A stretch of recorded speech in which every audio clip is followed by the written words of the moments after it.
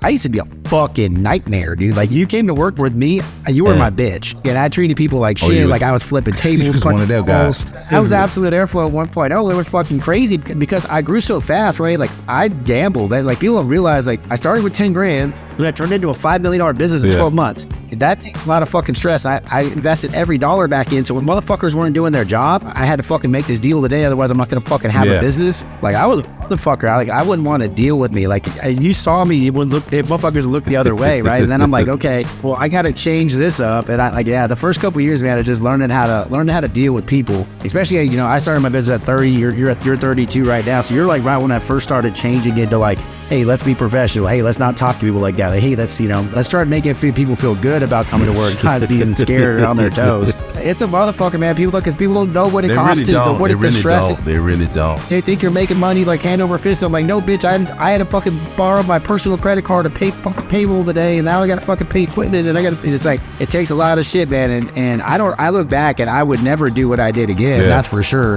It was a stressful fucking time, man. I could have just grew nice and slow and chilled. Like, we had sold a lot of jobs. I had great margin. I chased that dopamine hit. Like, for me, I feel like because I have really bad ADD, I'm always chasing something. And if I don't have something exciting, I get bored. Like, that's why I gamble on these events and I gamble on, new businesses and new shit, because like that's my dopamine hit. Now I'm learning to control it. It took me years. Yeah, like now I'm like, okay, I want that dopamine hit, but let's get it. Let's make sure that shit ain't heroin. You know what I mean? Like, that is true, man. That is true. So talk about it, man. So you obviously started with this guy. How long did you work for that dude? I worked for him for about 3-4 years. I'm not gonna lie to you. Like, I always had it in my head that I was gonna be my own boss, because like, it's a bad word to say, but I hate someone controlling me, telling me what to do. So it's like, when I had worked for different companies, I always had my business on the side, so it would never work. Like, I had jobs and got fired. Got another job, got fired. The last job I had was Carolina Heat and Air, but they turned to Service Expert when they brought the company, and it was like a franchise. Yeah. So I fixed one of my friend's dad sports bar. The drain was fucked up, blew it out, but I didn't blow it all the way out. So he calling me while I'm on the job, hey, man, you need to call right now.